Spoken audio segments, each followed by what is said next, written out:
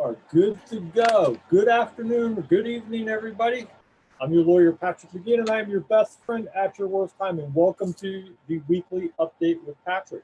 I tried to get on last week for Law on the Life Live as well as the update, and ended up, I was sitting here Wednesday, 10 minutes before 6 when I go online with Law on the Life, and we got hit by lightning.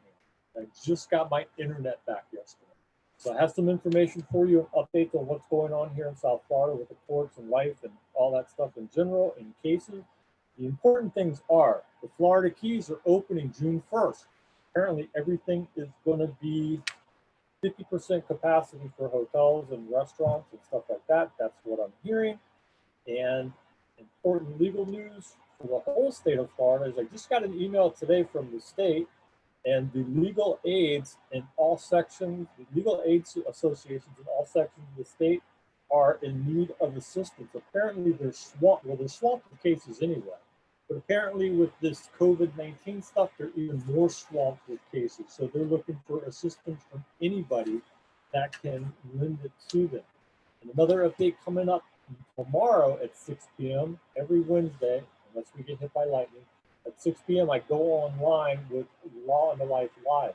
And tomorrow, I'll be going over a very interesting case that was sent in to me by a follower on a murder from Orlando. I don't know what it is about Orlando murders, but this is the second case I've gotten out of Orlando. This is a pretty interesting one. So if you're into true crime and how murder cases are solved and how the police work them, this is one for you. It's a very intricate, detailed analysis of the case for me, from a homicide detective in Miami, of how they established the timeline, and they have a lot of information. It's a very new case. It just occurred in the last month or so. And if you remember a couple of weeks ago, I did another murder case in Winter Park, Florida, which is a suburb of Orlando. It involved murder with a suitcase, or murder by a suitcase. This case is not murder by a suitcase, but there's a suitcase involved. So I don't know what it is with Orlando's murders and suitcases, but that's one we're going to go over tomorrow. And if you're a stickler for detailed investigations, or you like SVU or those crime shows, this should be good for you. And back to the open up news. Florida's trying to open up. South Florida's in particular is trying to open up. People ask me, where are you at on that? What do you think about it? I'm in the intersection of all those circles. I'm at the circle of, I'm bored to death. I need to get out. I need to work. I need the government to quit telling me what to do.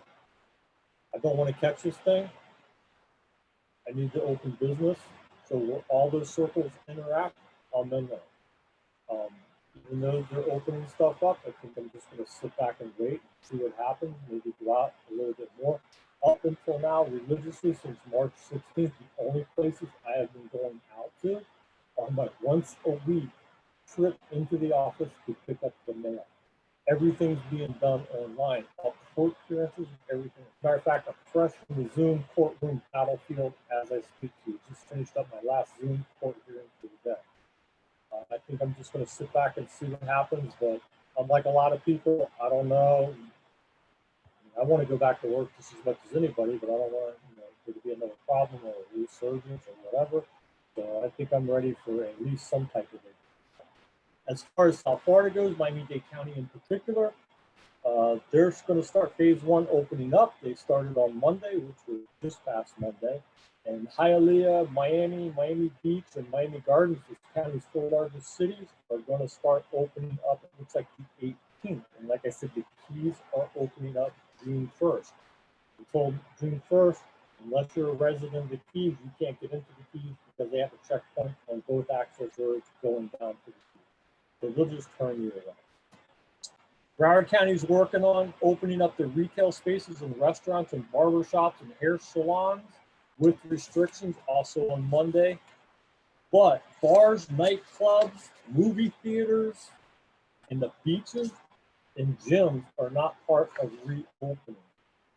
Dade and Broward are supposedly going to work together to reopen the beaches, but they are not going to reopen in phase 1. Although you drive by the beach, you see people out on the beach. So I don't know how that is. And I did have one person that got arrested for being on the beach when it was closed.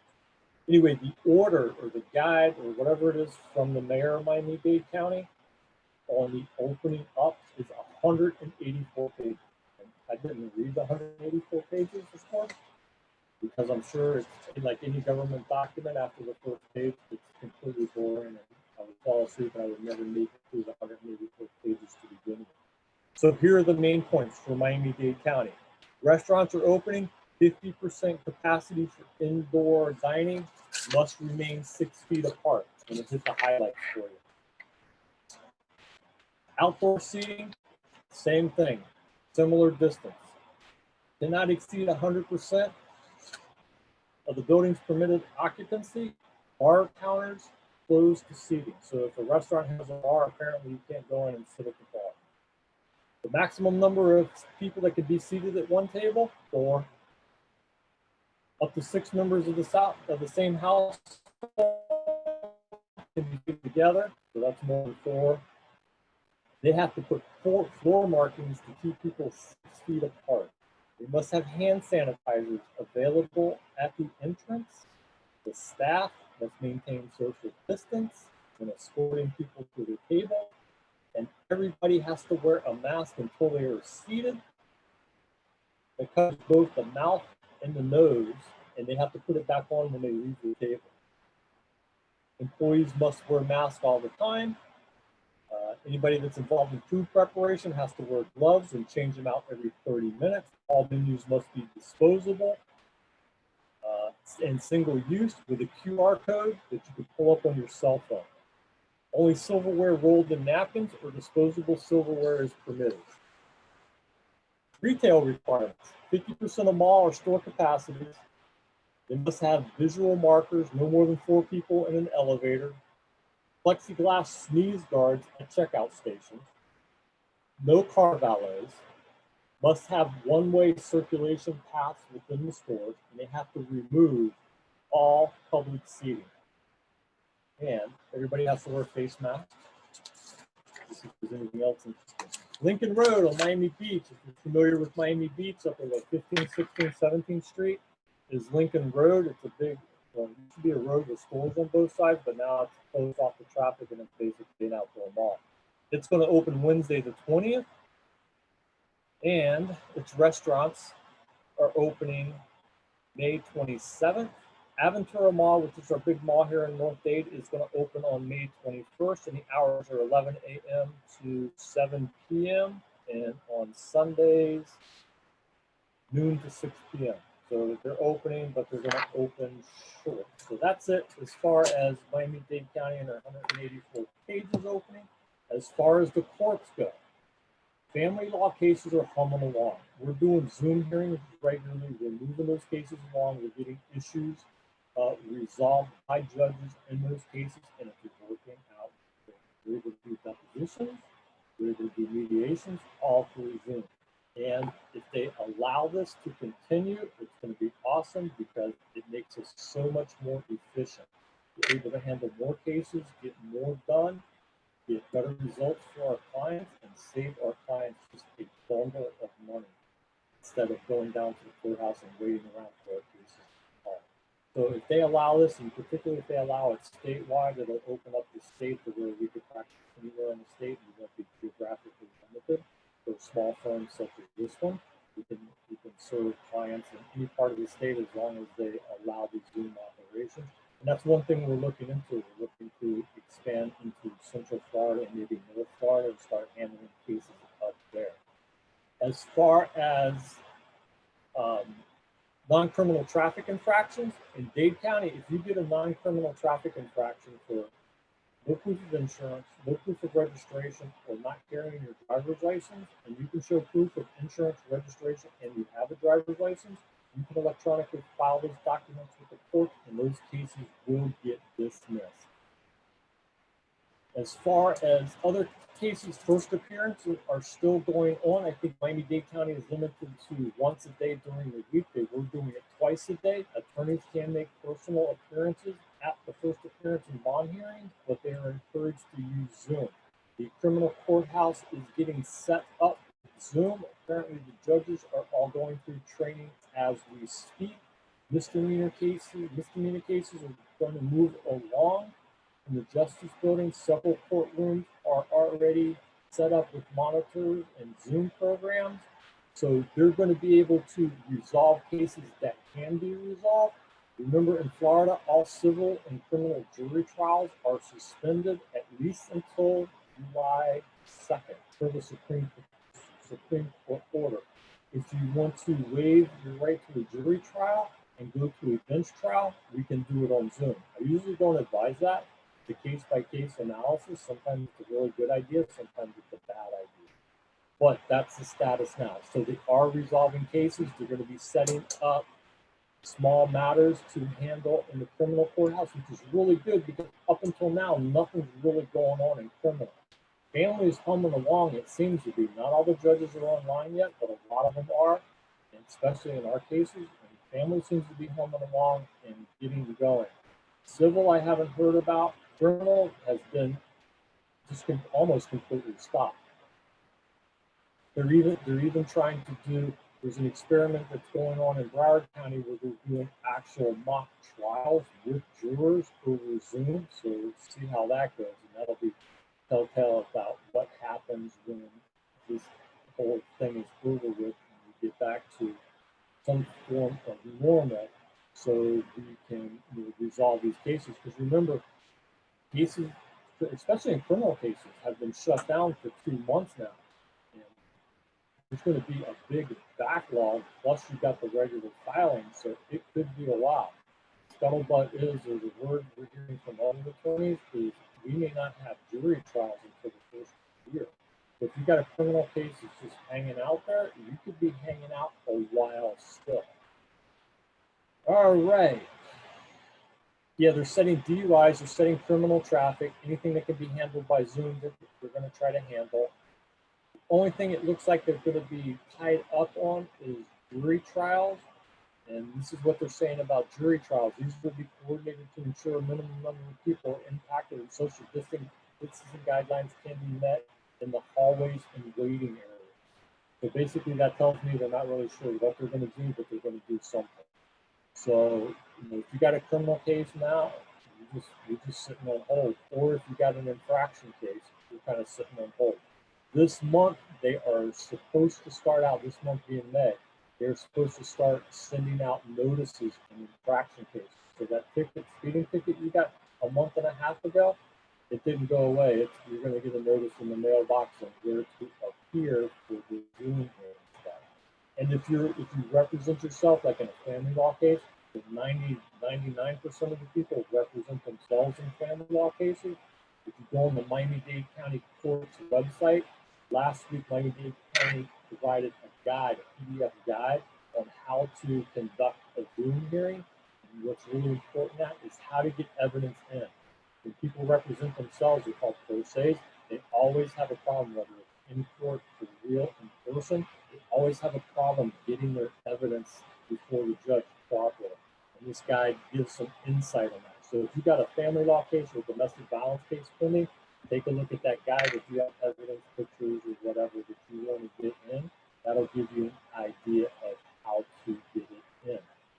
Other than that, I've noticed when I went and picked up the mail today, I picked it up yesterday. On Monday, traffic was significantly heavier than it has been for the past couple of months.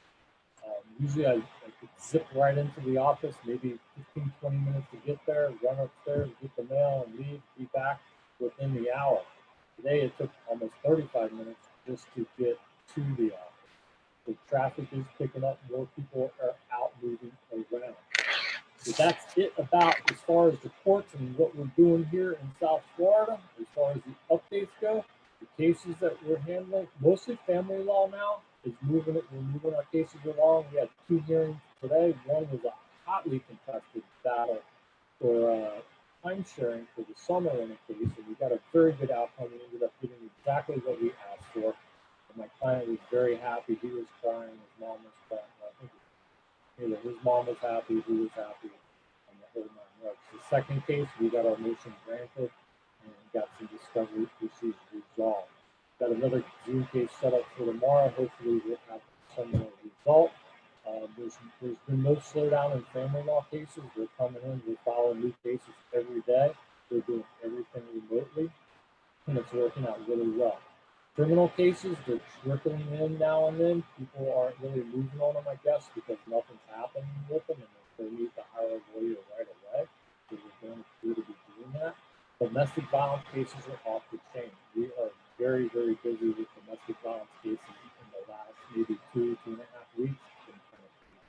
We're getting a lot of new cases in, and those two are moving along fairly well on the Zoom platforms and having hearings and stuff. To give you an idea of what the timelines are, I just had a domestic violence case reset in Broward County for late August, and I had one reset in Dade County for mid-September. So that'll give you an idea of what the dockets are looking like and how they're backing up. Usually, I can get a reset within 30 or 45 days, and it looks like it's taking.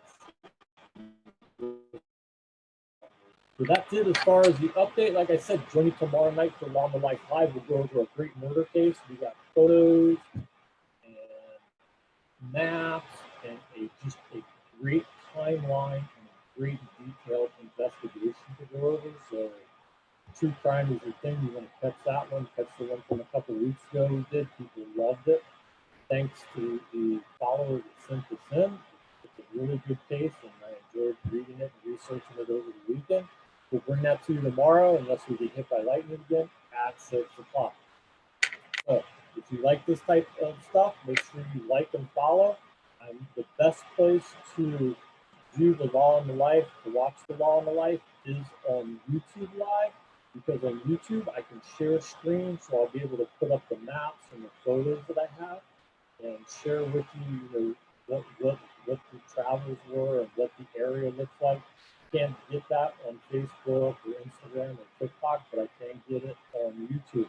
If you go to YouTube and you put in your South Florida lawyer, I come up, subscribe to my channel, you'll get all the updates, and you'll be able to see the actual photos that I put up on the screen.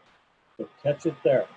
That's it for me. I hope everybody is doing well. Remember, we're in this all together. Hopefully it comes to an end soon and it doesn't go on forever and ever, or they lift these restrictions, because it's getting to me. And just thank God they opened the boat ramp so we can go out fishing. Oh, but on a side note to that, the city of Miami is not opening their boat ramp. So if you want to go out in the boat, you have to go to a county boat ramp because the city's not open. That's an important detail I want to mention, even though I had a sticky over here to set it. I'm glad I saw it just in the note. Like I said, I'm always happy to spend a few minutes and come in here and listen to me. Hopefully I'm giving you information that you can use. I'm very humbled at the number of people that come in, that comment, that DM. I get sometimes my email and DMs go crazy with the comments, and I appreciate. Totally humbled and honored by all of you. Thank you very much for taking time out of your day to come and listen to me. If you have a question, you have anything that comes up within the state of Florida, you have a criminal issue or a family law issue, domestic violence issue, or a car accident issue, feel free to contact me. If you have a case you'd like me to take a look at, please do that. You can contact me on all the social media platforms. I'm on Facebook. I have a couple Facebook locations. One is my business page that I'll in. The other is a Facebook group. It's a private group, but you ask to join, I'll admit you. And that's called Ask a Florida Divorce Lawyer. And I am the Magic City Lawyer on Instagram, TikTok, Snapchat, and Tumblr. And of course, you can find me on LinkedIn under my name, Patrick McGeehan, and on YouTube as your South Florida Lawyer, Patrick McGeehan. Make sure you like and subscribe on YouTube. You get all the updates whenever I do the videos.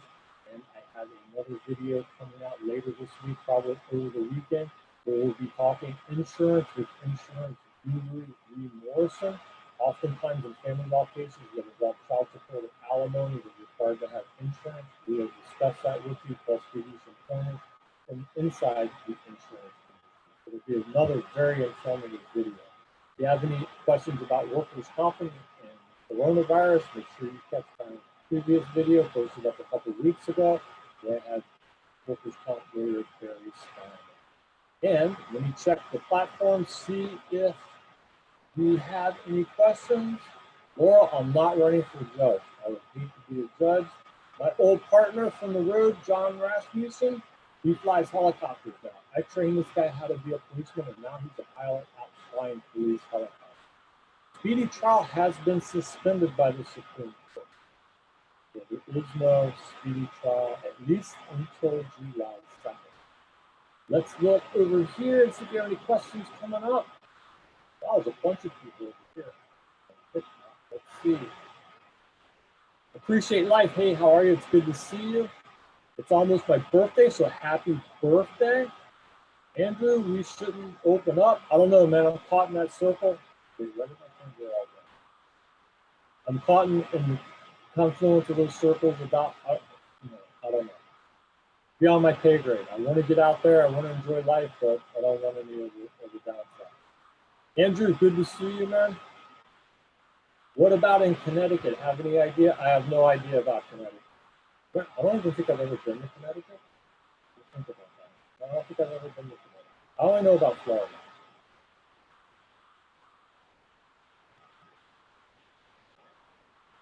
So, what's up, Mr. Lawyer? Thanks for following, man. Appreciate it. All right, what's your question?